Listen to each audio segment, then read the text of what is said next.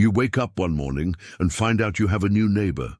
You go outside to meet them, and they tell you their name is Thomas. You invite them in for some coffee, and they accept.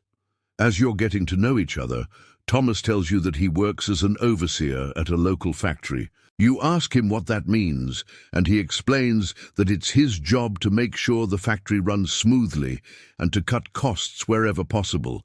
He says that the factory produces trolley wheels, but if they can make the wheels lighter, they could use less material and save money. You think to yourself, well, as long as they don't make the wheels so light that they break and cause the trolleys to crash, you suppose it's not a big deal. But then Thomas tells you that actually 5 years ago, a trolley did crash because the wheels were too light. And when the trolley crashed, 6 people died. You're shocked. You tell Thomas that what he's doing is wrong, that he's basically sacrificing people's lives to save money. But he disagrees.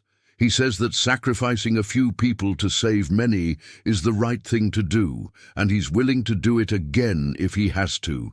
He tells you that there's actually another way they could cut costs, by making the axles of the trolley wheels thinner, which would also make the wheels lighter. But the problem is that if they make the axles too thin, the wheels might not last very long and could break, which could cause the trolley to crash.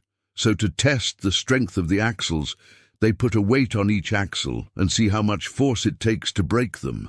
They found that if the weight is distributed evenly between 2 axles, it takes 1,000 pounds of force to break them. But if all the weight is put on just one axle, it only takes 500 pounds of force.